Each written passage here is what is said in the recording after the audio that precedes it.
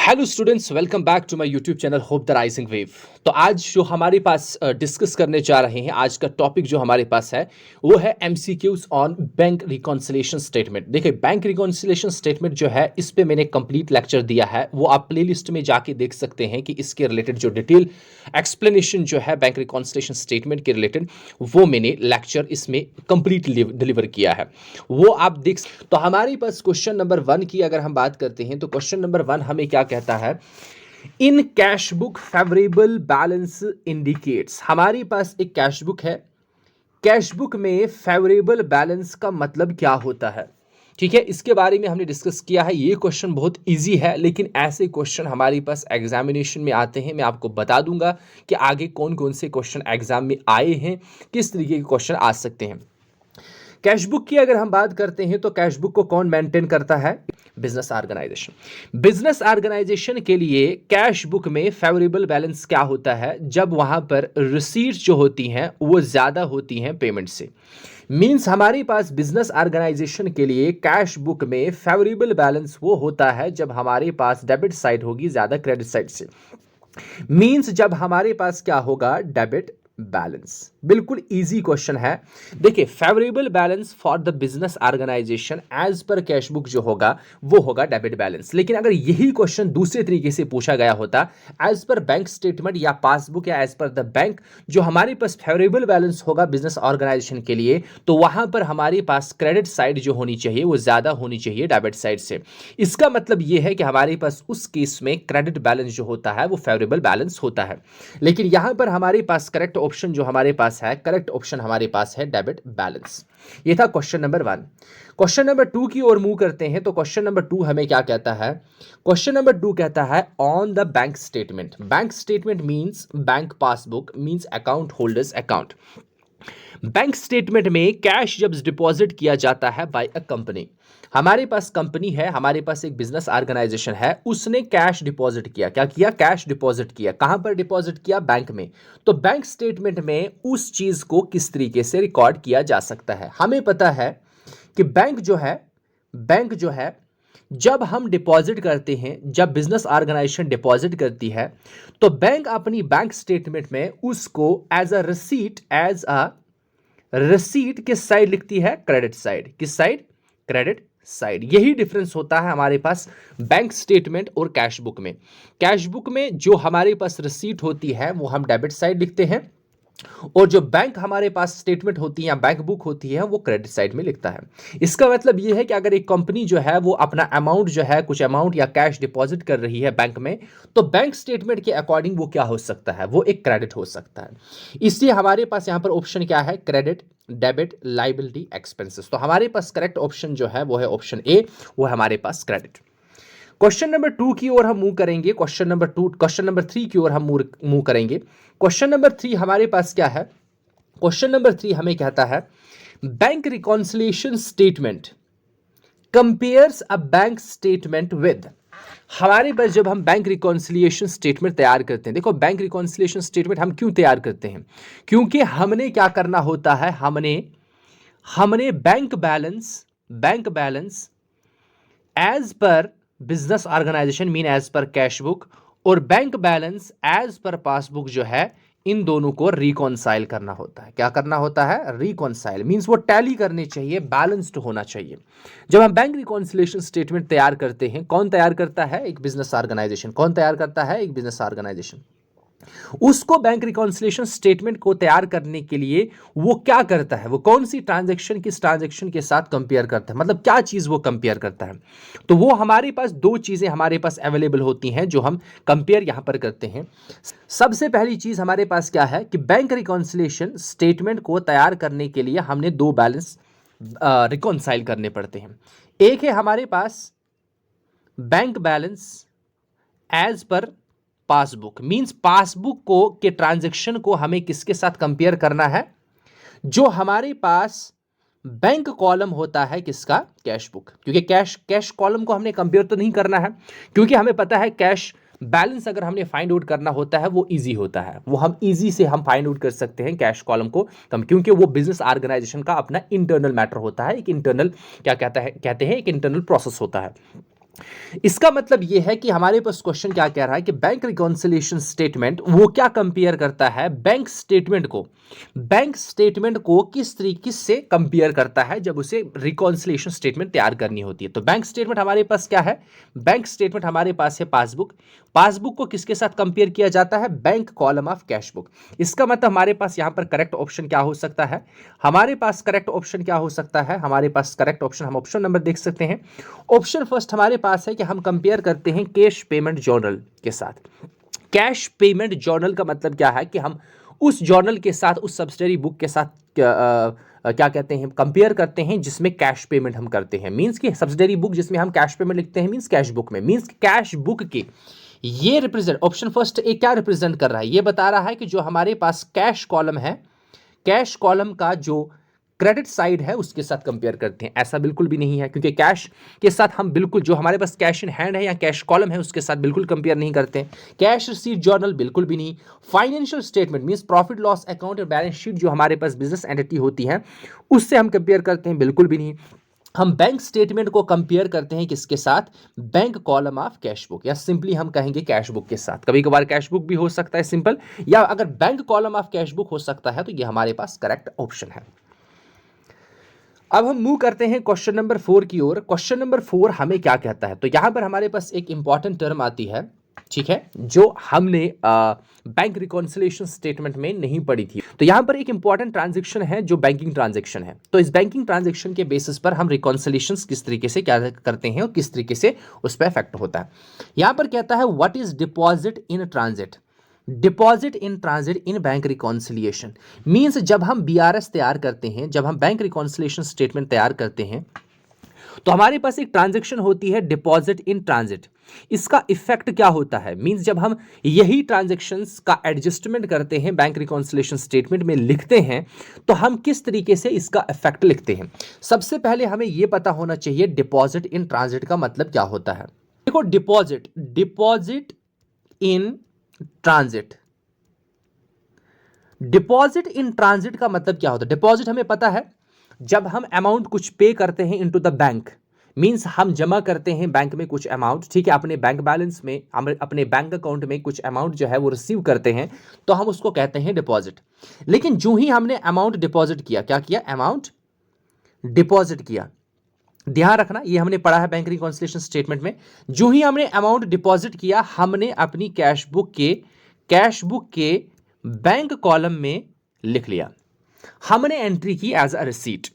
लेकिन अब हमारे पास क्या है कि जो ही हमने डिपॉजिट किया बैंक उसको अपनी पासबुक में तब लिखेगा जब इसका इतना अमाउंट जो है बैंक कलेक्ट करेगा। क्या करेगा, कलेक्ट करेगा। या सपोज हम चेक डिपॉजिट करते हैं, ठीक है कि नहीं, कलेक्ट करेगा, उससे पहले वो नहीं करेगा। इसका मतलब जब हमने डिपॉजिट किया हमने जल्दी जल्दी अपनी कैश बुक में लिखा, लेकिन बैंक में इसी चीज को प्रोसेस करने में टाइम लगता है। क्या लगता है, जिसकी वजह से हमारे पास क्या आता है, हमारे पास आ जाता है टाइम गैप। क्या आता है, टाइम गैप। तो टाइम गैप की वजह से हमारे पास दो बुक्स का जो हमारे पास अकाउंट होते हैं, bank account means bank column as per the cash book और पासबुक के अकॉर्डिंग जो बैलेंस होता है वो मैच नहीं करता है। अगर वो मैच नहीं कर रहा है तो हमारे पास बैंक रिकॉन्सिलिएशन स्टेटमेंट को वही ट्रांजैक्शन तैयार करने के लिए या वही ट्रांजैक्शन को रिकॉर्ड करने के लिए जो हम बैंक रिकॉन्सिलिएशन स्टेटमेंट में लिखते हैं, क्योंकि हम बैंक रिकॉन्सिलिएशन स्टेटमेंट में वो सब ट्रांजैक्शन लिखते हैं जो हमारे पास क्या होते हैं, जो डिसएग्रीमेंट के कारण होते हैं, जो डिसएग्रीमेंट के कॉजेज होते हैं। हमारे पास डिपॉजिट इन ट्रांजिट किस तरीके से हमारे पास कॉज होता है वो मैंने आपको बताया। डिपॉजिट इन ट्रांजिट का मतलब क्या होता है कि आपने डिपॉजिट किया, आपने रिकॉर्ड किया कैश बुक में, लेकिन अभी वो ट्रांजिट में है, मींस अभी वो जो है पासबुक में नहीं लिखा गया है, क्योंकि बैंक में टाइम लगता है इस चीज को प्रोसेस करने में, फिर जाके वो रिकॉर्ड करेंगे। इससे आपको क्या पता चला, इससे हमें एक चीज पता चली कि हमारे पास कैश बुक में बैलेंस जो है, कैश बुक का जो बैलेंस है और जो पासबुक का बैलेंस जो है वो टैली नहीं कर रहा है। और हमें यहां से क्या पता चला, कौन सी ट्रांजैक्शन, डिपॉजिट इन ट्रांजिट। यहां से ये पता चला जो कैश बुक के अकॉर्डिंग बैंक बैलेंस है वो ज्यादा है एज कंपेयर टू पासबुक के बैंक बैलेंस से। ठीक है, अगर अब हमारे पास यहां पर यह सिचुएशन दी होती कि आपके पास स्टार्टिंग पॉइंट जो मैंने बैंक रिकॉन्सिलिएशन स्टेटमेंट में बताया था, अगर आपके पास स्टार्टिंग बैलेंस दिया है तो आप उसके अकॉर्डिंग एक बुक को जिसका बैलेंस दिया है, सपोज अगर balance as per cash book दिया है तो कैश बुक को आप रॉन्ग मानेंगे, पासबुक को ठीक मानेंगे, इसके अकॉर्डिंग उसको एडजस्ट करेंगे। लेकिन अगर हम यहां पर इस क्वेश्चन में देखेंगे हमारे पास ऐसा कुछ स्टेटमेंट नहीं दिया है। इस केस में हम क्या करेंगे, इस केस में हम ये करेंगे, हम देखेंगे कि हमने किसमें रिकॉर्ड किया है और हमने किसमें नहीं रिकॉर्ड किया है, उसके अकॉर्डिंग हम इस ट्रांजैक्शन को प्रोसीड करेंगे अपने बैंक रिकॉन्सिलिएशन स्टेटमेंट में।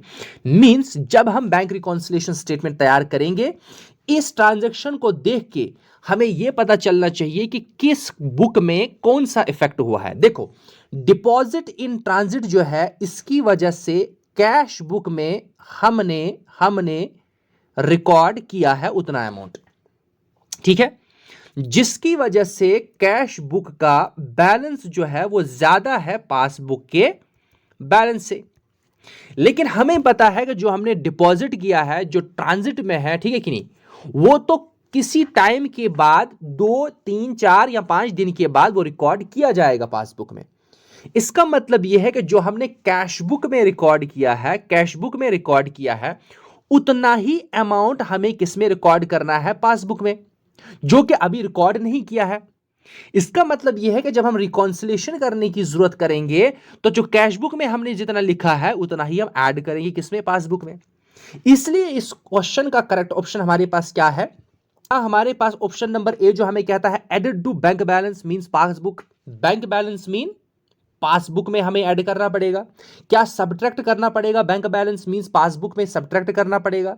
देखो, अगर हमारे पास कैश बुक में लिखा है तो ऑब्वियसली ये है कि अगर पासबुक में भी वो लिखना है तो मींस तो ऐड करना है पासबुक में, सब्ट्रैक्ट तो नहीं कर सकते, फिर भी और कम हो जाएगा। Subtracted from cash book balance, cash book balance में से हमने सब्ट्रैक्ट करना है, बिल्कुल भी नहीं, ये हमने सब्ट्रैक्ट नहीं करना है क्योंकि हमने ये रिकॉर्ड किया है अपनी कैश बुक में और इतना हमने डिपॉजिट किया है, वो रिकॉर्ड जो है वो हमने ऐड करना है पासबुक में, ठीक है। तो ये हमारे पास था क्वेश्चन नंबर 4। अब है क्वेश्चन नंबर 5। क्वेश्चन नंबर 5 हमारे पास क्या कह रहा है कि NSF marked in cheque sent back by the bank indicates. हमारे पास कभी कभार क्या होता है, मैं आपको बताता हूं। सपोज हमारे पास क्या है, हमने चेक डिपॉजिट किया, क्या किया, चेक हमने डिपॉजिट किया।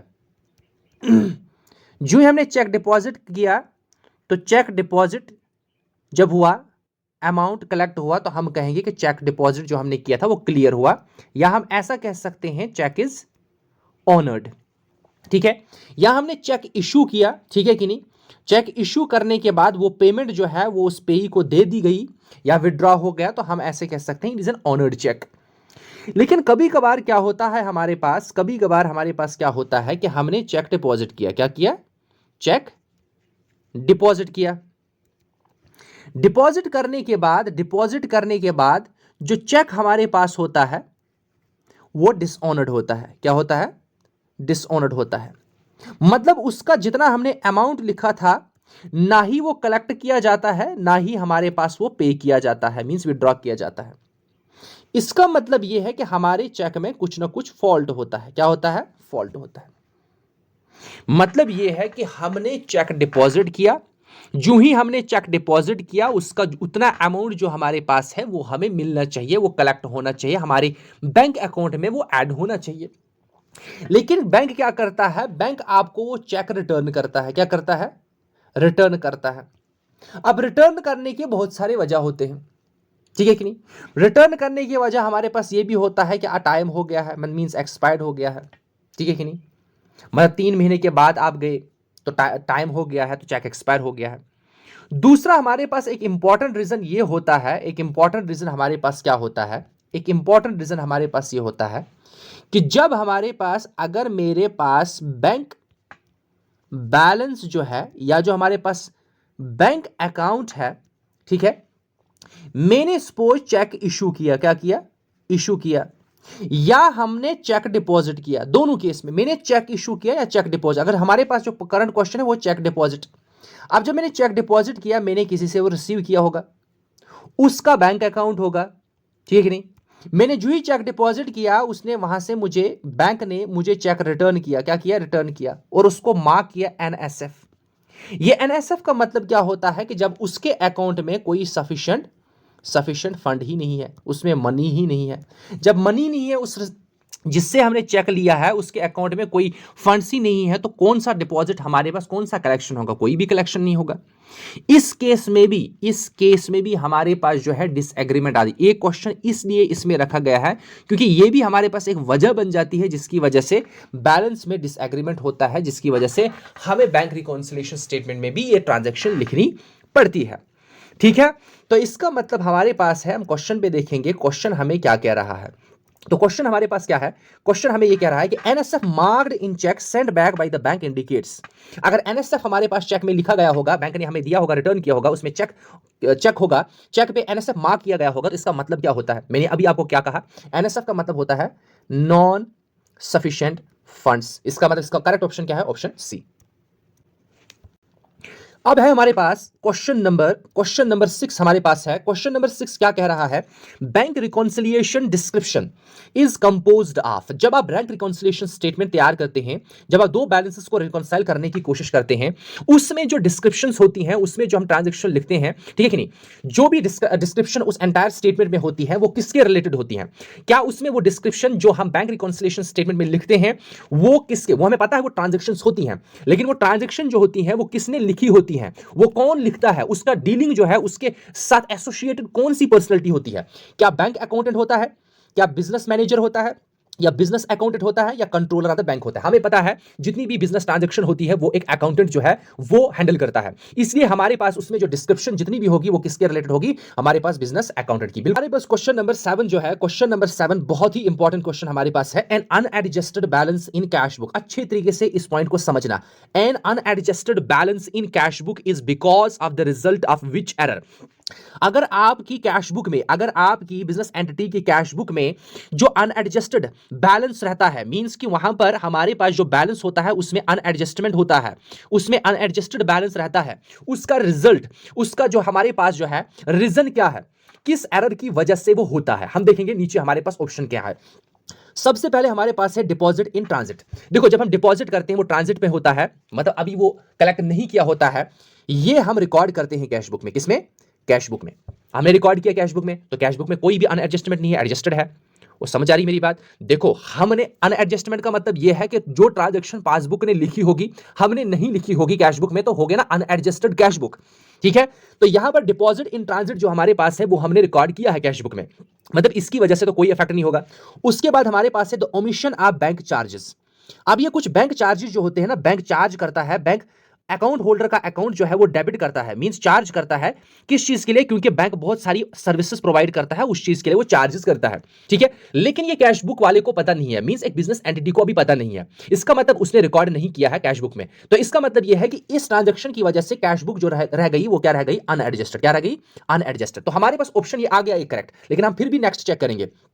दूसरा हमारे पास outstanding cheques. Outstanding cheques, outstanding cheque मतलब होता है अनप्रेजेंटेड चेक्स, मींस हमने चेक इशू किया, क्या किया? हमने चेक इशू किया, लेकिन जो इशू किया, जिस पेई को इशू किया, अभी उसने वहां से पेमेंट नहीं ली है, बैंक से पेमेंट नहीं ली है, ठीक है कि नहीं, लेकिन हमने रिकॉर्ड किया है कैश बुक में, मींस इसकी वजह से भी हमारे पास कोई अनएडजस्टमेंट नहीं होगी कैश बुक में, जो बैलेंस होगा उसमें। इसी तरह से अनप्रेजेंटेड चेक, ये दोनों का मतलब एक ही, आउटस्टैंडिंग या अनप्रेजेंटेड चेक। इसका मतलब हमारे पास करेक्ट ऑप्शन जो है वो है ऑप्शन नंबर बी हमारा। क्वेश्चन नंबर 8 जो है इंपॉर्टेंट क्वेश्चन है, प्रीवियस एफडब्ल्यूए में जो फाइनेंस अकाउंट असिस्टेंट हुआ था एग्जाम, उसमें ही आया था। Unpresented cheques, unpresented. अच्छा, चेक के रिलेटेड हम क्यों यहां पर पढ़ रहे हैं? देखो, जितने भी चेक्स के रिलेटेड ट्रांजैक्शन होती है वो हम कैश बुक में रिकॉर्ड करते हैं, वो हम पासबुक में रिकॉर्ड करते हैं, और पासबुक और कैश बुक का रिकॉन्सिलिएशन हम यहां पर बीआरएस में करते हैं, ठीक है कि नहीं। बीआरएस में वो ट्रांजैक्शन लिखते हैं जो इन दो बुक्स को अफेक्ट करते हैं। हमें पता है चेक्स जो है वो अनप्रेजेंटेड भी हो सकते हैं, अनकलेक्टेड भी हो सकते हैं, अनक्रेडिटेड भी हो सकते हैं। इसमें हमारे पास एक टर्म है अनप्रेजेंटेड चेक। देखो, अनप्रेजेंटेड चेक का मतलब क्या होता है? एक बिजनेस एंटिटी है, एक बिजनेस ऑर्गेनाइजेशन है, एक मिनट, हमारे पास एक बिजनेस ऑर्गेनाइजेशन है, ठीक है, उसको पेमेंट करनी है। क्या करनी है? पेमेंट करनी है। किसको पेमेंट करनी है? सपोज उसको पेमेंट करनी है किसी सप्लायर को। बिजनेस ऑर्गेनाइजेशन क्या करेगी? वो सर्विस लेगी बैंक की, वो इस सप्लायर को एक चेक इशू करेगी। क्या करेगी? चेक इशू करेगी। अच्छा, बिजनेस ऑर्गेनाइजेशन ने जब चेक इशू किया, उसने उसको लिखा बैंक कॉलम में। किस में लिखा? बैंक कॉलम में। कहां पर? Payment side mean credit side, उसने लिखा। लेकिन अब ये सप्लायर जो है अभी बैंक में नहीं गया है इस चीज को कलेक्ट करने के लिए। किस चीज को? उस पैसे को कलेक्ट करने के लिए। इसका मतलब यह है कि अभी जो है वो पासबुक में नहीं लिखा गया है। अच्छा, अगर अभी पासबुक में नहीं लिखा गया है, इसका मतलब यह है कि अभी इस चीज को, अभी हमारे पास ये जो कैश है ये हमारे पास अनप्रेजेंटेड है। अनप्रेजेंटेड का मतलब क्या है? आउटस्टैंडिंग है। क्या है? आउटस्टैंडिंग है। अभी ये प्रेजेंट नहीं किया गया है, इसका अमाउंट जो है अभी इतना पे नहीं किया है अकाउंट होल्डर्स अकाउंट से। इसलिए हमारे पास ये जो क्वेश्चन बता रहा है, यहां पर क्वेश्चन हमारे पास क्या है? क्वेश्चन बता रहा है अनप्रेजेंटेड चेक का मतलब क्या होता है। अनप्रेजेंटेड का चेक का मतलब होता है हमारे पास आउटस्टैंडिंग चेक। अब है क्वेश्चन नंबर 9 हमारे पास। क्वेश्चन नंबर 9 हमारे पास क्या है? इन कैश बुक, हमारे पास कैश बुक में bank charges of ₹5,000 was not recorded. हमारे पास क्या है कि बैंक चार्जेस कैश बुक में, कैश बुक कौन मेंटेन करता है? बिजनेस ऑर्गेनाइजेशन ने। देखो, बिजनेस ऑर्गेनाइजेशन ने जो बैंक चार्जेस थे, बैंक चार्जेस थे कितने रुपीस थे? ₹5,000। उनको अपनी कैश बुक में नहीं लिखा था, मींस कैश बुक के बैंक कॉलम में नहीं रिकॉर्ड किया है। Name the correct cash book adjustment. अब आपको कैश बुक में एडजस्टमेंट करनी पड़ेगी ना, क्योंकि आपने ये बैंक चार्जेस जो है वो नहीं रिकॉर्ड किए हैं। कौन से चार्जेस? Bank charges. जो बैंक ने जब सर्विस प्रोवाइड करता है तो कुछ अमाउंट ऑफ चार्जेस जो है वो डेबिट करता है, किससे? Account holder. अकाउंट में जो वो डेबिट करता है वो चार्जेस जो है एक बिजनेस ऑर्गेनाइजेशन ने अपनी बुक में, अपनी कैश बुक में रिकॉर्ड नहीं किया है। अब अगर हमने अपनी कैश बुक के बैंक कॉलम को एडजस्ट करना पड़ेगा, तो कौन सी ट्रांजैक्शन जो होगी, जो बेस्ट फिट कर होगी यहां पर, जो हमें रिकॉर्ड करनी पड़ेगी, मींस कौन सी एडजस्टमेंट हमें कैश बुक में करनी पड़ेगी। देखो, सबसे पहली चीज हमारे पास है जो बैंक चार्जेस होते हैं, बैंक चार्जेस आर पेमेंट्स। तो कैश बुक में हम पेमेंट कहां पर लिखते हैं? Credit side. इसका मतलब यह है कि कैश बुक में हमें क्या करना पड़ेगा? बैंक कॉलम को क्रेडिट पर करना पड़ेगा। मींस बैंक कॉलम जो क्रेडिट साइड हमारे पास है उसमें इतना अमाउंट लिखना पड़ेगा। इसका मतलब यह है कि कैश बुक में एडजस्टमेंट कैसी करनी पड़ेगी? हमें अपनी कैश बुक जो है उसका बैंक कॉलम जो है वो क्रेडिट करना पड़ेगा। अब हम ऑप्शन देखेंगे। ऑप्शन फर्स्ट हमारे पास है, कैश बुक जो है it will be credited in cash book. ये जो अमाउंट है इसको कहां साइड लिखना पड़ेगा? कैश बुक के क्रेडिट साइड में। मींस हमें कैश बुक को क्रेडिट करना पड़ेगा और यही ऑप्शन हमारे पास करेक्ट है। देखो, दूसरा हमारे पास है it will be debited in cash book. बिल्कुल भी नहीं। अगर हमें रिसीट करना होता, हमारे पास बिजनेस पर्सपेक्टिव के लिए रिसीट होता, हम इसको डेबिट साइड लिखते। नो एडजस्टमेंट नीडेड, ऐसा बिल्कुल भी नहीं है। एडजस्टमेंट तो जरूरी है क्योंकि हमने ये रिकॉर्ड किया ही नहीं है कैश बुक में। Charges will be added to the cash book balance. ये कह रहा है कि जितने भी चार्जेस हैं, जो चार्जेस बैंक ने किए हैं उतना अमाउंट हमें ऐड करना पड़ेगा कैश बुक बैलेंस में। बिल्कुल भी नहीं, इतना ऐड नहीं करना पड़ेगा। समझ आ रही मेरी बात? हमें ये रिकॉर्ड करना है कैश बुक में, इसलिए हम इसको रिकॉर्ड करेंगे ऑन क्रेडिट साइड। अब है हमारे पास क्वेश्चन नंबर 10। क्वेश्चन नंबर 10 क्या कह रहा है? What type of cheques is that which is issued by a firm but not yet presented to the bank. ऐसा क्वेश्चन अभी हमने डिस्कस किया जो कि एफडब्ल्यूए में, फाइनेंस अकाउंट सिस्टम में आया था। तो वही क्वेश्चन इस तरीके से भी पूछा जा सकता है, आपको वो पता होना चाहिए। देखिए, हमारे पास वो कौन सा चेक होता है? जो चेक एक बिजनेस ऑर्गेनाइजेशन ने, सपोज एक बिजनेस ऑर्गेनाइजेशन ने, हमारे पास एक बिजनेस ऑर्गेनाइजेशन है, उसने चेक इशू किया। अब चेक जब इशू करते हैं वो किस चीज के लिए करते हैं? पेमेंट्स के लिए, विड्रॉल्स के लिए। ठीक है, इस चीज के लिए जब हमने चेक इशू किया तो हमने किसी पेई को दिया। वो पेई जो है अभी बैंक में नहीं गया है। देखिए, आपने तो इशू किया, बिजनेस ऑर्गेनाइजेशन ने चेक इशू किया। किसने? एक फर्म हमारे पास है, बिजनेस ऑर्गेनाइजेशन, उसने चेक इशू किया किस चीज के लिए? पेमेंट के लिए। अब जो ही उसने इशू किया तो बिजनेस ऑर्गेनाइजेशन ने वो चीज अपने क्रेडिट साइड में, बैंक कॉलम में, अपनी कैश बुक में लिखा। ठीक है, रिकॉर्ड किया। अब यहां पर ये बता रहा है, ये जो हमारे पास चेक, ऐसे किस्म के चेक होते हैं जो हमने इशू किए, जो फर्म ने इशू किए, लेकिन अभी वो प्रेजेंट नहीं हुआ है बैंक में। मींस उसका अमाउंट जो है वहां से पे नहीं हुआ है बैंक अकाउंट से। इस टाइप ऑफ चेक को क्या कहते हैं? इस टाइप ऑफ चेक को हम कहते हैं अनप्रेजेंटेड चेक और आउटस्टैंडिंग चेक। क्या कहते हैं? Outstanding check. आउटस्टैंडिंग चेक इसलिए क्योंकि अभी उनका अमाउंट जो है, जितना अमाउंट पेएबल था, वो अभी पे उस कस्टमर को, उस सप्लायर को अभी नहीं हुआ है वाया बैंक। इसलिए हम इनको कहते हैं आउटस्टैंडिंग या अनप्रेजेंटेड चेक। तो इसलिए हमारे पास ऑप्शन नंबर बी जो है वो करेक्ट है। क्वेश्चन नंबर 11 की ओर मूव करेंगे। क्वेश्चन नंबर 11 ये कह रहा है कि how is bank reconciliation statement prepared. नीचे हमारे पास कुछ स्टेटमेंट है, उसके अकॉर्डिंग हमने बताना है कि बैंक रिकॉन्सिलिएशन स्टेटमेंट को किस तरीके से प्रिपेयर किया जाता है। इसी तरीके क्वेश्चन हमने एक और एमसीक्यू डिस्कस किया है, लेकिन इस तरीके से भी आपको क्वेश्चन पूछा जा सकता है, आपको पता होना चाहिए। सबसे पहली चीज, पहला ऑप्शन यहां पर यह है कि आपको क्या करना है? Matching entries in the passbook. जो पासबुक में एंट्रीज हैं with entries in the bank and cash column of the cash book. ये बता रहा है कि जो आपके पासबुक में एंट्रीज की है ना, वो सब एंट्रीज आपको मैच करनी है किसके साथ? जो आपके पास कैश बुक है उसके बैंक और कैश कॉलम के साथ। बिल्कुल भी नहीं, क्योंकि हम बैंक रिकॉन्सिलिएशन स्टेटमेंट तैयार करते हैं सिर्फ बैंक ट्रांजैक्शन के लिए। वहां पर हम मैच क्या करते हैं? हम कौन कौन सी एंट्रीज मैच करते हैं? हम कौन कौन सी एंट्रीज मैच करते हैं? पासबुक की एंट्रीज को मैच करते हैं bank column of cash book. यह ध्यान रखना है। ठीक है कि नहीं? ये ऑप्शन अगर कोई है, ऐसा कुछ है, तो वो हम करेक्ट करेंगे। उसके बाद दूसरा ऑप्शन बता रहा है by matching entries in the passbook, जो पासबुक है उसकी एंट्रीज को मैच करना है bank column of the cash book. ये है हमारे पास दूसरा ऑप्शन। अब ये ऑप्शन अगर आप देखेंगे, ये ऑप्शन एग्जैक्ट हमें जो अभी मैंने आपको बताया या जो मैंने बैंक रिकॉन्सिलिएशन स्टेटमेंट बताया है कि हम बैंकिंग ट्रांजैक्शन को आपस में मैच करते हैं, रिकॉन्साइल करने की कोशिश करते हैं। मींस हमारे पास जो पासबुक है, पासबुक की एंट्रीज को किसके साथ मैच करते हैं? Bank column of cash book. इसलिए हमारे पास ऑप्शन बी जो है वो करेक्ट है। ठीक है, तो क्वेश्चन नंबर 12 की ओर मूव करते हैं। तो क्वेश्चन नंबर 12 हमारे पास क्या है? When the balance as per the cash book. अब हमारे पास ये क्वेश्चन जो है, इस किस टाइप ऑफ क्वेश्चन जो है, ये भी हमारे पास बहुत ज्यादा इंपॉर्टेंट होते हैं, क्योंकि ये एंट्रीज जो है, ये ट्रांजैक्शन जो है या ये स्टेटमेंट जो है, ये हमें बताती है किस तरीके से हम एडजस्टमेंट करते हैं कैश बुक में और पासबुक में, और किस तरीके से हम बैंक रिकॉन्सिलिएशन स्टेटमेंट में वही एडजस्टमेंट लिखते हैं या वो ट्रांजैक्शन लिखते हैं। उनके दो इफेक्ट्स हमारे पास होते हैं, या हम ऐड करते हैं या सबट्रैक्ट करते हैं। यही तो हमारे पास चीज है। अगर हमने किसी चीज को बैलेंस करना है तो कुछ ऐड करेंगे या सबट्रैक्ट करेंगे। इस किस्म की ट्रांजैक्शन जो हमारे पास है बहुत ज्यादा इंपॉर्टेंट होती है स्टेटमेंट। इस टाइप के क्वेश्चन जो हमारे पास है बहुत ज्यादा इंपॉर्टेंट होते हैं, स्पेशली बैंक रिकॉन्सिलिएशन स्टेटमेंट में। अब हम बढ़ते हैं कि हमारे पास क्वेश्चन नंबर 12 जो है वो क्या कह रहा है। क्वेश्चन नंबर 12 हमारे पास है। क्वेश्चन नंबर 12 हमारे पास क्या कह रहा है कि when balance as per cash book is the starting point. अगर आपको याद होगा, अगर आपके पास कैश बुक बैलेंस जो है वो स्टार्टिंग पॉइंट है। क्या है? स्टार्टिंग मींस कि cash book as per balance as per cash book दिया है, तो आपको मानना है कैश बुक गलत है। क्या है? अच्छे तरीके से समझना, यहां पर मैं क्या बता रहा हूं।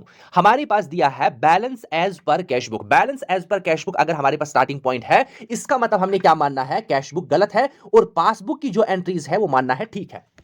अब हमने किसको करेक्ट करना है? हमने करेक्ट करना है कैश बुक को, क्योंकि हमने माना पासबुक ठीक है, कैश बुक को करेक्ट करना है। अब हमारे पास यहां पर ट्रांजैक्शन कौन सी है, कौन सी ट्रांजैक्शन हमें बताई गई है? यह बता रहा है कि अगर आपके पास balance as per cash book दिया है, मींस कैश बुक का बैलेंस आपको गलत मानना है। Is the starting point means passbook को आपको बैलेंस ठीक मानना है। Direct deposit by customer. अब अच्छे तरीके से देखेंगे, डायरेक्ट डिपॉजिट बाई कस्टमर जो है, क्या वो पासबुक में लिखा गया होगा या कैश बुक में? ऑब्वियसली हमारे पास है, अगर डायरेक्ट डिपॉजिट किया है ना कस्टमर ने हमारे अकाउंट में, वो सिर्फ बैंक ने रिकॉर्ड किया होगा पासबुक में। इसका मतलब यह है कि पासबुक का, इसका मतलब क्या है? इसका मतलब यह है कि पासबुक का जो बैलेंस है वो ज्यादा होगा कैश बुक के बैलेंस से।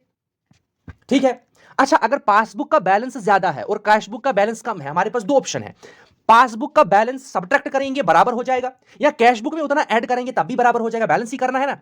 लेकिन हमारे पास स्टेटमेंट क्या है? स्टेटमेंट बता रही है कि cash book as per the balance as per cash book हमारे पास दिया है। अगर balance as per cash book दिया है तो रूल क्या कह रहा है कि कैश बुक को गलत मानना है। अच्छा, अगर कैश बुक गलत है तो पासबुक ठीक है, तो पासबुक में लेकिन हमारे पास बैलेंस क्या है? ज्यादा है। अच्छा, बैलेंस अगर पासबुक में ज्यादा है तो उतना हमने क्या करना है? कैश बुक में क्या करना है? ऐड करना है। क्या करना है? कैश बुक में ऐड करना है। अब हम ऑप्शन देखेंगे, ऑप्शन क्या कह रहा है। ऑप्शन हमारे पास क्या है? ऑप्शन हमारे पास हमने इतना ऐड करना है, हमने सब्ट्रैक्ट करना है, not required to be adjusted. ठीक है, हमारे पास क्या है? None of the above. तो हमारे पास इसमें करेक्ट ऑप्शन है एडेड। फिर से मैं आपको इसको रिपीट कर रहा हूं क्योंकि इंपॉर्टेंट क्वेश्चन है। जब हमारे पास कैश बुक के अकॉर्डिंग बैलेंस दिया है एज अ स्टार्टिंग पॉइंट है, जो हम पहली टर्म लिखते हैं या पहला ट्रांजैक्शन हमारे पास लिखते हैं, किसमें? बैंक रिकॉन्सिलिएशन स्टेटमेंट में। हमारे पास कैश बुक के अकॉर्डिंग बैलेंस दिया है, ठीक है नहीं? हमने क्या मानना है? जो कैश बुक बैलेंस है वो रॉन्ग है। क्या है? रॉन्ग है। तो ठीक किसको मानना है? ठीक मानना है पासबुक को। ये मैंने प्रीवियस लेक्चर में भी आपको बताया है, वहां पर आप देख सकते हैं, डिटेल में मैंने बताया है। अगर पासबुक ठीक है तो ठीक अब किसको करना है? कैश बुक को। लेकिन पासबुक बता रहा है कि मेरे पास बैलेंस ज्यादा है, क्योंकि वहां पर डायरेक्ट डिपॉजिट हुआ है जो कि कैश बुक में रिकॉर्ड नहीं हुआ है। अच्छा, जो कैश बुक में नहीं रिकॉर्ड हुआ है पासबुक में रिकॉर्ड हुआ है, पासबुक में ज्यादा है, तो कैश बुक को उसके बराबर, कैश बुक को पासबुक से बराबर करने के लिए हमें उतना अमाउंट ऐड करना पड़ेगा, इसलिए हमें इसको क्या करना है? ऐड करना है। ठीक है, अब हम क्वेश्चन नंबर 12 की 13 की ओर मूव करेंगे। 13 नंबर क्वेश्चन नंबर जो है बिल्कुल इजी है, ट्रिकी है समझने के लिए। हमारे पास जो है bank reconciliation statement is a part of. अब यहां पर ये बता रहा है कि bank reconciliation statement is a part of. क्या bank reconciliation statement double entry system में हमारे पास होता है? Not a part of double entry system. या बैंक स्टेटमेंट हमारे पास होता है, बैंक स्टेटमेंट का एक पार्ट है, या कुछ भी नहीं है। देखो, हमारे पास बैंक रिकॉन्सिलिएशन स्टेटमेंट जो होता है ना, सबसे पहली चीज हमारे पास ये है कि बैंक स्टेटमेंट तो उसमें इन्वॉल्व होती है जब हम प्रिपेयर करते हैं, लेकिन साथ में हमारे पास कैश बुक भी होनी चाहिए। ठीक है ना? दो चीजें इसमें इन्वॉल्व होती हैं। लेकिन यहां पर ये जो डबल एंट्री सिस्टम का कंसेप्ट है कि ये बता रहा है कि क्या बैंक रिकॉन्सिलिएशन स्टेटमेंट हमारे पास डबल एंट्री सिस्टम फॉलो करता है, या डबल एंट्री सिस्टम में ही हम प्रिपेयर करते हैं, या ये पार्ट है डबल एंट्री सिस्टम का? ऐसा बिल्कुल भी नहीं है। बैंक रिकॉन्सिलिएशन स्टेटमेंट होती है सिंपल एडजस्टमेंट्स। क्या होती है? एडजस्टमेंट्स। हमारे पास ट्रांजैक्शन ऑलरेडी लिखी गई होंगी, चाहे वो डबल एंट्री सिस्टम के बेस पर लिखी गई होंगी, सिंगल एंट्री सिस्टम के बेस पर लिखी गई होंगी। समझ आ रही मेरी बात? क्योंकि सिंगल एंट्री सिस्टम में भी हम कैश बुक मेंटेन करते हैं, डबल एंट्री सिस्टम में भी कैश बुक मेंटेन करते हैं। इसलिए हमारे पास ये जरूरी नहीं कि डबल एंट्री सिस्टम का पार्ट होगा। इसलिए हमारे पास यहां पर करेक्ट ऑप्शन है, क्योंकि बैंक रिकॉन्सिलिएशन स्टेटमेंट तो एक सिंपल स्टेटमेंट है ना, जिसमें हम वो सब ट्रांजैक्शन लिखते हैं जिनकी वजह से हमारे पास डिसएग्रीमेंट होता है बैलेंस का, किस किस के बीच में, कैश बुक बैलेंस और पासबुक बैलेंस। इसलिए हमारे पास डबल एंट्री या सिंगल एंट्री से कोई लेना देना नहीं है। इसलिए हमारे पास इसका करेक्ट ऑप्शन हमारे पास है, it is not a part of double entry system. समझ आ रही मेरी बात? It is a part of, ठीक है नहीं? क्या डबल एंट्री सिस्टम का है? Not a part of double entry system bank statement. इसका मतलब हमारे पास करेक्ट ऑप्शन देखो, it is a part of double entry system, नहीं जरूरी नहीं है, सिंगल एंट्री में भी हो सकता है। बैंक स्टेटमेंट ये भी क्लियर नहीं है। अब हमारे पास ऑप्शन एक ही बच रहा है, not a part of double entry system. ये तो ठीक है, ये ऑप्शन ठीक कह रहा है कि जरूरी नहीं है कि it is a part of double entry system. ठीक है, तो क्वेश्चन नंबर 14 की ओर मूव करते हैं। तो क्वेश्चन नंबर 14 हमारे पास क्या है? बिल्कुल इजी क्वेश्चन है। क्वेश्चन नंबर 14 हमें क्या, इसमें मैंने कोई ऑप्शन नहीं रखा है, आगे मैंने ब्रैकेट में लिखा है कुछ options. Bank reconciliation statement is prepared by, bank reconciliation statement कौन प्रिपेयर करता है? बैंक रिकॉन्सिलिएशन में क्या डेटर प्रिपेयर करता है, क्या हमारे पास बैंक प्रिपेयर करता है, क्या अकाउंट होल्डर प्रिपेयर करता है, क्या क्रेडिटर पे करता है? बैंक रिकॉन्सिलिएशन स्टेटमेंट जो है वो हमारे पास एक अकाउंट होल्डर प्रिपेयर करता है। कौन अकाउंट होल्डर? जिसका अकाउंट जो हमारे पास होता है वो बैंक में होता है। मतलब ये अकाउंट होल्डर कौन होता है? कोई भी फर्म हो सकती है, बिजनेस ऑर्गेनाइजेशन व्हाटएवर जो भी है। ठीक है, बस क्वेश्चन नंबर 15। क्वेश्चन नंबर 15 कह रहा है which among the following does not need to be adjusted into cash book balance। Means नीचे हमारे पास कुछ ट्रांजैक्शन होगी या कुछ हमारे पास स्टेटमेंट है, कौन सी ट्रांजैक्शन या स्टेटमेंट जो है जो हमें यहां पर कैश बुक बैलेंस में एडजस्ट करने की जरूरत नहीं होती है। मींस हमने कैश बुक बैलेंस में, मींस में हमारे पास कैश बुक है, उसमें हमने बहुत सारी ट्रांजैक्शन रिकॉर्ड की गई है, ठीक है कि नहीं? हमारे पास कुछ इंपॉर्टेंट यहां पर ट्रांजैक्शन दी गई है, स्टेटमेंट दी गई है। हमने ये बताना है कि किस किस ट्रांजैक्शन में या किस स्टेटमेंट में हमें कैश बुक बैलेंस जो होता है वो एडजस्ट नहीं करना पड़ता है। सबसे पहली चीज, cheque mistakenly credited by the bank. सबसे पहली चीज, नीड नॉट, ध्यान रखना यहां पर does not need to be adjusted, जो हमें एडजस्ट करने की जरूरत नहीं है। उसके बाद हमारे पास ऑप्शन, अच्छा ऑप्शन ए हमारे पास है, cheques mistakenly credited by bank. अब बैंक जो है उसने मिस्टेकनली जो है चेक जो है वो क्रेडिट किया, मींस उसने करंट अकाउंट होल्डर या जो बिजनेस ऑर्गेनाइजेशन का अकाउंट है उसके अकाउंट में क्रेडिट किया, मींस उसमें एक काइंड ऑफ रिसीट दिया, जिसकी वजह से हमारे पास बैंक बैलेंस जो है वो इंक्रीज हो गया। अब ये जो है गलती से ये चेक जो है क्रेडिट किया गया है, सबसे पहली बात। अब हमारे पास यहां पर गलती से जो इतना अमाउंट क्रेडिट किया गया है, इस केस में हमारे पास कैश बुक में एडजस्ट करने की जरूरत नहीं, क्योंकि ये बैंक का एरर है। दूसरा ऑप्शन हमारे पास क्या है? दूसरा ऑप्शन हमारे पास है check deposited but not clear. आपने चेक डिपॉजिट किया, अभी वो क्लियर नहीं हुआ, अभी उसका कलेक्शन नहीं हुआ है, मींस वो रिकॉर्ड नहीं किया गया अभी पासबुक में। इसका मतलब ये है कि इस केस में आपको एडजस्टमेंट करने की जरूरत है जब आप बैंक रिकॉन्सिलिएशन स्टेटमेंट तैयार कर रहे हैं। इसी तरीके से हमारे पास ऑप्शन सी है, cheque issued but not shown or presented. आपने चेक इशू किया लेकिन अभी उसका जो अमाउंट है वो पे नहीं किया गया है वाया बैंक। इसका मतलब इस केस में भी हम एडजस्टमेंट करते हैं, ठीक है कि नहीं? अब हमारे पास किसमें, हम कैश बुक की बात कर रहे हैं, कैश बुक में हम एडजस्टमेंट करते हैं।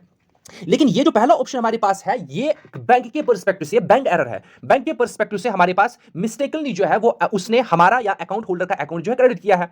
इस केस में हमारे पास कैश बुक जो है उसको एडजस्ट करने की जरूरत नहीं है, उस केस में पासबुक को एडजस्ट करने की जरूरत है। इन दो केस में हमारे पास कैश बुक को एडजस्ट करने की जरूरत है, तो इसलिए हमारे पास ऑप्शन ए जो है वो करेक्ट है, मतलब जिसमें हमें कैश बुक को एडजस्ट करने की जरूरत नहीं है।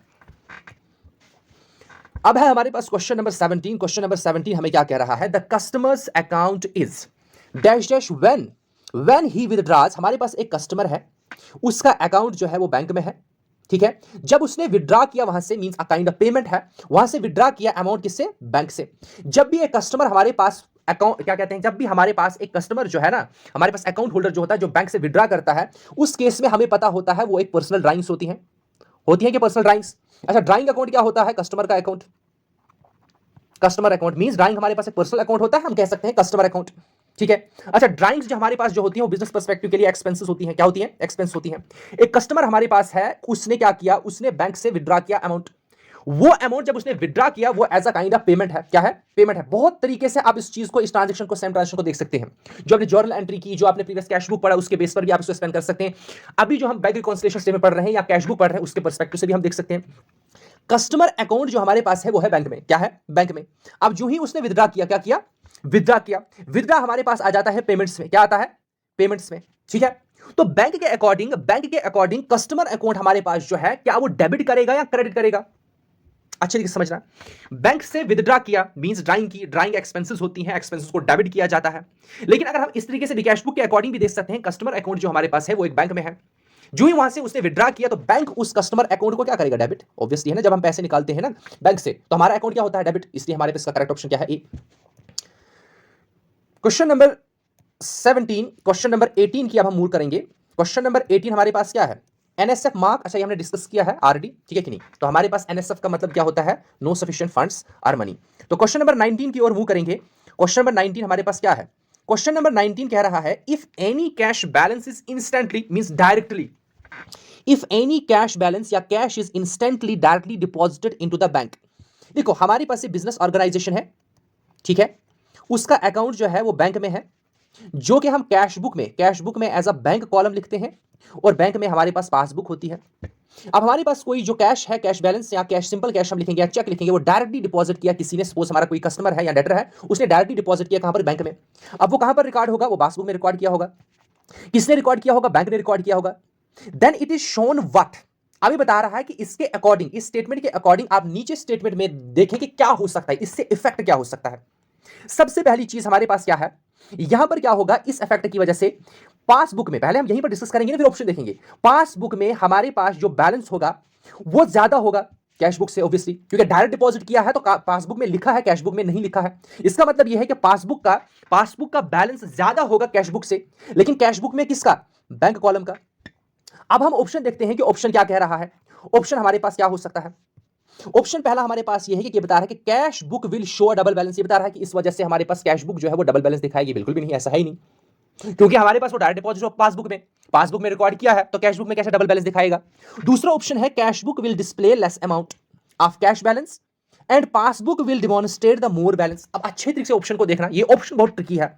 ये बता रहा है कि कैश बुक में लेस अमाउंट होगा, मींस लेस बैलेंस होगा। किस चीज का? कैश बैलेंस का। लेकिन ऐसा नहीं है। कैश बुक में लेस बैलेंस होगा, लेकिन कौन सा? Bank balance, means bank column का बैलेंस कम होगा, कैश बैलेंस का नहीं। और पासबुक का बैलेंस जो होगा वो ज्यादा होगा। ये इससे आगे ठीक है, लेकिन ये वाला गलत है, इसलिए ऑप्शन बी भी गलत है, ऑप्शन ए भी गलत है। फिर ऑप्शन सी हमें क्या कहता है? ऑप्शन सी कहता है passbook will show double balance. बिल्कुल भी नहीं, डबल बैलेंस नहीं शो करेगा। उसके बाद ऑप्शन डी हमारे पास है cash book will show decrease या लेस बैलेंस। लेस बैलेंस की अगर हम बात करते हैं, अगर यहां पर नहीं दिया है बैलेंस, तो हमारे पास क्या है? यह है बैंक बैलेंस, ठीक है? अगर यहां पर बैंक बैलेंस नहीं, देखो यहां पर दिया ना कैश मेंशन किया, कैश बैलेंस, इसलिए इनकरेक्ट है। यहां पर क्या है? Decrease less balance. Less balance means हम यहां पर बैंक की बात कर रहे हैं। समझ आ रही मेरी बात? And bank will show more balance, bank में ज्यादा बैलेंस होगा, ऑब्वियसली कैश डिपॉजिट हुआ बैंक में, इसलिए हमारे पास करेक्ट ऑप्शन इसका जो होगा वो ऑप्शन डी होगा। यहां पर कभी भी कंफ्यूजन नहीं होनी है कि यहां पर लेस सिर्फ बैलेंस दिया है तो इसका मतलब ये भी इनकरेक्ट है, ऐसा नहीं है। यहां पर मेंशन किया है कैश बैलेंस, इसलिए हमने इसको इनकरेक्ट माना। इधर बैलेंस दिया है लेस बैलेंस, तो हम ऑब्वियसली मानेंगे उसमें कैश भी आता है, बैंक भी आता है, इसलिए हम बैंक मानेंगे, बैंक बैलेंस, ठीक है? क्वेश्चन नंबर 20 की ओर मूव करेंगे। क्वेश्चन नंबर 20 हमारे पास क्या है? If cash amount as per passbook. ये हमारे पास एक और ऑप्शन इंपॉर्टेंट है, एक और क्वेश्चन हमारे पास इंपॉर्टेंट है। इसी तरीके क्वेश्चन हमने डिस्कस किया एक। If cash amount as per passbook, if cash amount as per passbook is the beginning. अब यहां पर क्या बता रहा है? कैश अमाउंट जो है मींस बैलेंस जो है पासबुक के अकॉर्डिंग दिया है, क्या गिवन है, इसका मतलब पासबुक गलत है। जो भी दिया है स्टार्टिंग पॉइंट वो गलत है, इसका मतलब कैशबुक क्या है? कैशबुक का बैलेंस क्या है? ठीक है। तो हमने कैशबुक को ठीक मानना है, पासबुक को ठीक करना है। अब लेकिन पूरा क्वेश्चन पहले पढ़ना है। क्वेश्चन क्या बता रहा है? Is the beginning point that is amount, cash amount as per passbook is the beginning point. अगर cash amount as per passbook हमारे पास बिगिनिंग पॉइंट है, मीन बिगिनिंग बैलेंस है, then rate of bank interest permitted are credited, means हमारे पास जो bank है उसने कुछ अमाउंट इंटरेस्ट जो है परमिट किया है, या हमारे पास बैंक अकाउंट जो हमारे पास कस्टमर का है उसमें क्रेडिट किया है। मींस बिजनेस ऑर्गेनाइजेशन का जब अमाउंट रिसीव होता है ना बैंक में, तो बैंक उसको क्रेडिट करता है। क्या करता है? क्रेडिट करता है। Will be dash dash in cash book. समझ आ रही मेरी बात? अब उसको कैश बुक में ऐड, क्योंकि कैश बुक हमारे पास ठीक है। समझ आ रही मेरी बात? कैश बुक हमारे पास ठीक है, पासबुक हमारे पास गलत है। समझ आ रही मेरी बात? हमारे पास अब पासबुक ने अमाउंट जो है वो क्रेडिट किया है। इसका मतलब यह है कि पासबुक के अकॉर्डिंग बैलेंस ज्यादा है कैश बुक से, है ना ज्यादा। लेकिन हमें पता है कैश बुक ठीक है, तो हमें पासबुक में से उतना अमाउंट कम करना पड़ेगा, तब जाके बराबर हो जाएगा कैश बुक से। इसलिए हमारे पास क्या होगा? इतना अमाउंट जो है, जितना अमाउंट पासबुक में लिखा है उतना अमाउंट कम करना है, क्योंकि हमने कैशबुक में लिखा ही नहीं है, क्योंकि कैशबुक हमने ठीक माना है। अगर हमने कैशबुक ठीक माना है तो हमने पासबुक को कैशबुक के अकॉर्डिंग ठीक करना है। इसका मतलब इतना अमाउंट हमने क्या करना है? सब्ट्रैक्ट करना है। अच्छे तरीके से इस चीज को समझना बिल्कुल गौर से कि हम यहां पर इन ट्रांजेक्शन को किस तरीके से रिकॉर्ड कर रहे हैं, इसका इफेक्ट किस तरीके से रिकॉर्ड करना है। अब है हमारे पास question number 21। Number 21 important question है। क्वेश्चन नंबर 21 हमें क्या कह रहा है कि which of the following is an example of bank reconciliation item. हमारे पास नीचे बैंक रिकॉन्सिलिएशन जो स्टेटमेंट बनाते हैं उसमें जो जो चीजें हम लिखते हैं ट्रांजैक्शन, उसमें से हमारे पास कुछ दो तीन चीजें यहां पर दी गई है। आपको बताना है कि कौन सी हमारे पास बैंक रिकॉन्सिलिएशन आइटम है जिसमें हम एडजस्टमेंट एंट्री की जरूरत होती है। मतलब हमारे पास एडजस्टमेंट एंट्री का मतलब क्या होता है? एंट्री मतलब होता है हमारे पास एक ट्रांजैक्शन है, स्टार्टिंग में मैंने आपको बताया है पहले कुछ लेक्चर्स में, ट्रांजैक्शन है, उसकी दो इफेक्ट्स डेबिट और क्रेडिट इफेक्ट हम लिखते हैं, उसको कहते हैं एंट्री। लेकिन कुछ हमारे पास ऐसी ट्रांजैक्शंस होती हैं जिनकी एडजस्टमेंट एंट्री हमें लिखनी पड़ती है। मीन जैसे हमारे पास है आउटस्टैंडिंग आइटम्स हैं, कुछ आउटस्टैंडिंग एक्सपेंसेस हैं, ठीक है कि नहीं। जब हम लास्ट पर बैंक क्या कहते हैं कि फाइनेंशियल स्टेटमेंट तैयार करते हैं, फिर कुछ एडजस्टमेंट एंट्री भी हमने करनी पड़ती है, उन एंट्री को एडजस्ट करना पड़ता है, मींस कंप्लीट इफेक्ट लिखना पड़ता है, ठीक है, दोबारा से। लेकिन हमारे पास कुछ यहां पर बैंक रिकॉन्सिलिएशन आइटम्स हैं जिनमें हमारे पास एडजस्टिंग एंट्री की जरूरत नहीं होती है, उनका इफेक्ट हम लिखते हैं, कुछ अमाउंट ऐड करते हैं, कुछ सब्ट्रैक्ट करते हैं, लेकिन कंप्लीट एंट्री जो है हम उनकी नहीं लिखते हैं। वही हमने देखना है कि किस चीज में, इन तीन ऑप्शन में से या चार ऑप्शन में से किस चीज के लिए हम एडजस्टिंग एंट्री लिखते हैं। पहला बैंक एरर। देखो जब बैंक एरर होता है ना, आइदर दिल बी रॉन्ग टोटलिंग हो सकता है, रॉन्ग डेबिट अमाउंट हमने लिखा होगा, तो इस केस में हम क्या करते हैं, रिवर्स एंट्री लिखते हैं। क्या लिखते हैं? Reverse entry. अगर डेबिट हुआ है, डेबिट ज्यादा है, तो क्रेडिट हम लिखते हैं, क्रेडिट एंट्री एक रिवर्स एंट्री लिखेंगे, ठीक है कि नहीं। उसकी वजह से हम इस एरर को रेक्टिफाई कर सकते हैं, लेकिन एडजस्टिंग एंट्री यहां पर नहीं लिखते हैं। उसके बाद हमारे पास है option number B, NSF cheque, bank service charge, ठीक नहीं। एनएसएफ चेक मैंने आपको बताया है जो डिसऑनर्ड चेक होता है। डिसऑनर्ड चेक के लिए हमारे पास क्या होता है कि हमारे पास एक एडजस्टिंग एंट्री कंप्लीट लिखनी पड़ती है, ठीक है, ये मायने में रखना। जो एनएसएफ चेक होता है या बैंक सर्विस चार्ज जो होता है, उस चीज के लिए हमें कंप्लीट एंट्री लिखनी पड़ती है, जिसको हम एडजस्टिंग एंट्री कहते हैं, ठीक है नहीं। इस केस में हम एडजस्टिंग एंट्री उसकी लिखते हैं। दूसरा डिपॉजिट इन ट्रांजिट, हमने डिपॉजिट किया, वो भी ट्रांजिट में है, ऑब्वियसली वो तो रिकॉर्ड किया जाएगा ना पासबुक में, उसमें कोई एडजस्टमेंट करने की, मतलब एक एडजस्टिंग एंट्री कंप्लीट लिखने की जरूरत नहीं है। देखो बैंक एरर में भी हम सिर्फ रेटिफिकेशन करते हैं, एक रिवर्स एंट्री लिखते हैं। डिपॉजिट इन ट्रांजिट में भी देखो यहां पर कंफ्यूजन नहीं होनी है कि हम डिपॉजिट इन ट्रांजिट कर रहे हैं तो वो हमने कैश बुक में लिखा, पासबुक में अभी नहीं लिखा, तो अभी एडजस्टमेंट की। देखो एडजस्टमेंट की जरूरत और एडजस्टिंग एंट्री लिखने का मतलब डिफरेंट है। एडजस्टमेंट का मतलब यह है कि हम उसका इफेक्ट लिख रहे हैं, क्या ऐड कर रहे हैं, सब्ट्रैक्ट कर रहे हैं, क्या ये जरूरत है कुछ एडजस्टमेंट करने की। दूसरा तो एडजस्टिंग एंट्री, एक कंप्लीट एंट्री लिखनी है उस चीज के लिए, उसको सुधारने के लिए, उसको रेटिफाई करने के लिए। वो सिर्फ हम किस चीज के में लिखते हैं, एनएसएफ चेक या बैंक सर्विस चार्ज है इस केस में। इसलिए हमारे पास इसका ऑप्शन क्या आ रहा है, ऑप्शन बी इसका करेक्ट आंसर है। अब हमारे पास क्वेश्चन नंबर 22। क्वेश्चन नंबर 22 हमें क्या कह रहा है, if balance as per cash book is given. ये भी हमारे पास सेम क्वेश्चन है, सेम तरीके क्वेश्चन जो अभी तक हमने दो ऐसे क्वेश्चन डिस्कस किए हैं, बहुत इंपॉर्टेंट है। If balance as per cash book is given, अगर हमारे पास कैश बुक के अकॉर्डिंग बैलेंस दिया है, then what is the treatment of. अब हमारे पास एक ट्रांजैक्शन है, इसको किस तरीके से हमने रिकॉन्सिलिएशन स्टेटमेंट में, बैंक रिकॉन्सिलिएशन स्टेटमेंट लिखना है। चेक इशूड, चेक इशू किया, अच्छा चेक कौन इशू किया, बिजनेस ऑर्गेनाइजेशन चेक इशू की। नॉट प्रेजेंटेड, अभी उसका पेमेंट नहीं हुआ है। मीन जब आपने बिजनेस ऑर्गेनाइजेशन ने चेक इशू किया, उसने अपनी कैश बुक में क्रेडिट साइड को लिखा, पेमेंट साइड में लिखा, लिखा कि नहीं। अच्छा क्रेडिट साइड में, पेमेंट साइड में लिखा, इसका मतलब यह है कि हमारे पास पेमेंट हुई है, बिजनेस ऑर्गेनाइजेशन के अकॉर्डिंग पेमेंट हुई है। लेकिन अभी जो है जिस पेई को हमने दिया है, जिसके नाम पर हमने इशू किया है, वो अभी बैंक में नहीं गया है, अभी उसने प्रेजेंट नहीं किया है, अभी उसको पेमेंट नहीं मिली है। इसका मतलब पासबुक में रिकॉर्ड हुआ है, नहीं हुआ है। इसका मतलब यह है कि पासबुक में अभी ज्यादा ही बैलेंस होगा as compare to cash book, ठीक है कि नहीं। अब हमने क्या करना है, ये बता रहा है कि व्हाट इज द ट्रीटमेंट, इस चीज को आप किस तरीके से, इस स्टेटमेंट को किस तरीके से आप ट्रीट करोगे, किस चीज के लिए, to calculate balance as per the passbook. Balance as per the passbook आप कैसे इस चीज को लिखोगे, समझ आ रही मेरी बात। आप इस चीज को एज पर पासबुक जो है किस तरीके से आप इसको क्या कहते हैं, ट्रीट करोगे, किस तरीके से एडजस्ट करोगे। हमें पता है कि अगर balance as per cash book दिया है तो कैश बुक है गलत, क्या है, तो पासबुक है ठीक है कि नहीं। अगर पासबुक ठीक है, क्या पासबुक में ये एंट्री लिखी है, नहीं लिखी है। अच्छा अगर नहीं लिखी है तो इसका मतलब यह है कि पासबुक में ज्यादा बैलेंस होगा, ठीक है नहीं, पासबुक ठीक है। अभी हमने बताया ना, अगर कैशबुक के अकॉर्डिंग बैलेंस दिया है तो वो गलत है, स्टार्टिंग पॉइंट वही दिया है ना, पासबुक हमने ठीक माना।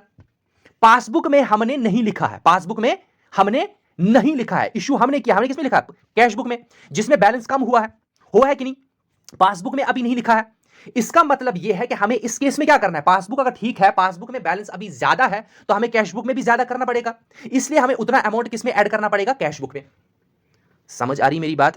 यहां पर क्या हुआ, कैशबुक के अकॉर्डिंग बैलेंस दिया है तो कैशबुक के हमने गलत माना, पासबुक को हमने ठीक माना, क्या माना, पासबुक। अब हम ट्रांजैक्शन पे मूव करेंगे, ट्रांजैक्शन क्या कह रही, चेक इशू किया, रिकॉर्ड किसमें हुआ, कैशबुक में हुआ, रिकॉर्ड कैश में, लेकिन पेमेंट साइड मींस बैलेंस कम हो गया। पासबुक में कुछ इफेक्ट नहीं हुआ, पासबुक में उतना ही बैलेंस है, लेकिन कैशबुक में कम हो गया। लेकिन हमने माना कैशबुक गलत है, अगर कैशबुक गलत है तो पासबुक ठीक है, क्योंकि कैशबुक का स्टार्टिंग पॉइंट दिया है ना, पासबुक ठीक है। तो पासबुक में अगर ज्यादा बैलेंस है तो कैशबुक को भी उतना ही करना पड़ेगा ना, तो ज्यादा करने के लिए क्या करना पड़ेगा, added to balance as per the cashbook. समझ आ रही मेरी बात, ये हमारे पास का करेक्ट ऑप्शन। फिर है हमारे पास क्वेश्चन नंबर 23। क्वेश्चन नंबर 23 क्या कह रहा है? A credit balance in bank passbook. Credit balance in bank passbook का मतलब क्या होता है? रिसीट होता है कि नहीं? इंडिकेट्स ए या एन। अगर हमारे पास बिजनेस ऑर्गेनाइजेशन, यहां पर देखना बिजनेस ऑर्गेनाइजेशन के पर्सपेक्टिव से क्रेडिट बैलेंस अगर बैंक पासबुक में होगा, वो क्या होता है? फेवरेबल होता है कि अनफेवरेबल होता है, ओवरड्राफ्ट होता है? अगर क्रेडिट बैलेंस है तो बिजनेस पर्सपेक्टिव के लिए वो क्या होता है? Favourable balance. क्या होता है? Favourable balance. तो पहला ऑप्शन क्या होगा? Favourable. And debit balance in cash book. अगर डेबिट बैलेंस होगा कैश बुक में, मींस वो रिसीट होती है, ज्यादा रिसीट है, मींस वो हमारे पास क्या है? Favourable balance. इसका मतलब हमारे पास ऑप्शन क्या होगा? Favourable option B. अब है हमारे पास क्वेश्चन नंबर 24। पास क्वेश्चन नंबर 24। क्वेश्चन नंबर 24 हमें क्या कह रहा है? In preparing bank reconciliation statement, जब आप बैंक रिकॉन्सिलिएशन स्टेटमेंट प्रिपेयर करेंगे, which of the following should be deducted. जो हमारे पास नीचे कुछ ट्रांजैक्शन दी होगी या अमाउंट दिया होगा, कौन सा अमाउंट हमने डिडक्ट करना पड़ेगा? कौन सी ट्रांजैक्शन का अमाउंट हमें डिडक्ट करना पड़ेगा? किसमें से? As per passbook. इसका मतलब यह है कि अगर पासबुक में हमने एडजस्टमेंट करनी है, इसमें से अमाउंट डिडक्ट करना है। इसका मतलब यह है कि हमारे पास पासबुक जो है वो इनकरेक्ट है और कैश बुक जो है वो ठीक है। देखो, अगर पासबुक में हमने एडजस्टमेंट करनी है ना, इसका मतलब पासबुक हमारे पास इनकरेक्ट, दोनों चीजें देखनी जो अभी तक हमने डिस्कस किया है। तो अराइव कहां तक पहुंचना है? Balance as per the cash book. इसका मतलब कैश बुक ठीक है, कैश बुक के अकॉर्डिंग। अब देखो, हम अगर यहां पर ऑप्शन देखेंगे, सबसे पहला option check received and entered. अच्छे से समझना, हमारे पास कैश बुक क्या है? कैश बुक ठीक है, पासबुक हमारे पास क्या है? गलत है। Cheque issued and entered in the bank column of the cash book but not deposited. ये बता रहा है कि चेक रिसीव किया, एंटर किया बैंक कॉलम में, किसमें? कैश बुक ने, ठीक है कि नहीं? और बट नॉट डिपॉजिटेड, अभी डिपॉजिट नहीं हुआ, पासबुक में रिकॉर्ड नहीं किया गया है, तो कोई मसला नहीं है, हमारे पास कैश बुक ठीक है, पासबुक में हमने एडजस्टमेंट करनी है, तो ये चीज हमारे पास हमने डिडक्ट नहीं करी। अगर हम ये भी पासबुक में डिडक्ट करेंगे और ज्यादा कम हो जाएगा। समझ आ रही मेरी बात? उसके बाद हमारे पास ऑप्शन बी है amount of check deposited but not collected. अभी बता रहा है अमाउंट जो है हमने चेक डिपॉजिट किया है, उसका अमाउंट जो है वो रिकॉर्ड किया है, लेकिन अभी वो कलेक्ट नहीं हुआ है, मींस अभी पासबुक में रिकॉर्ड नहीं किया गया है, तो ये भी हमने डिडक्ट नहीं करना है। समझ आ रही मेरी बात? पासबुक में से अगर हम ये अमाउंट डिडक्ट करेंगे तो वो तो इस कैश बुक से और ज्यादा कम हो जाएगा। उसके बाद interest directly debited bye the bank. Interest bank ने डायरेक्टली इंटरेस्ट डेबिट किया है, मींस पेमेंट की है, उसको भी डिडक्ट नहीं करना है, उसको ऐड करना पड़ेगा। समझे? ऑप्शन बता रहा है डिडक्ट कौन सा करना है, अगर ऐड करना होता है फिर ये भी ऑप्शन होता। उसके बाद डी है interest directly credited by the bank. अब जो है बैंक ने इंटरेस्ट जो है डायरेक्टली क्रेडिट किया है, इंक्रीज किया है बैलेंस, बैंक बैलेंस, किसमें से? किसमें? पासबुक में, जो कि अकाउंट होल्डर का अकाउंट है। अब यहां पर बैलेंस इंक्रीज हुआ, मींस कैश बुक डिक्रीज हुआ, मींस कैश बुक बैलेंस से पासबुक बैलेंस ज्यादा हुआ। इसका मतलब यह है कि अगर हमारे पास कैश बुक ठीक है तो हमें पासबुक का कैश बुक के अकॉर्डिंग ठीक करना है। अच्छा, पासबुक का बैलेंस इस ट्रांजैक्शन की वजह से इंक्रीज हुआ, तो इसका मतलब वो डिडक्ट करना है, इसलिए हमारे पास करेक्ट ऑप्शन क्या है? Option D. अब है हमारे पास क्वेश्चन नंबर 25। क्वेश्चन नंबर 25 कह रहा है bank overdraft as per cash book is. Cash book के अकॉर्डिंग बिल्कुल इजी क्वेश्चन है। ओवरड्राफ्ट क्या होता है? जब हमारे पास पेमेंट्स जो होती हैं ज्यादा होती हैं रिसीट से। अच्छा, कैश बुक के अकॉर्डिंग पेमेंट क्या होती है? क्रेडिट। रिसीट क्या होती है? डेबिट। इसका मतलब यह है कि कैश बुक के अकॉर्डिंग जब क्रेडिट ज्यादा होगा डेबिट से, मीन क्रेडिट बैलेंस होगा, उसको कहेंगे ओवरड्राफ्ट। इसलिए हमारे पास ऑप्शन क्या है? ऑप्शन बी करेक्ट है। So this was all about some important MCQs on bank reconciliation statement.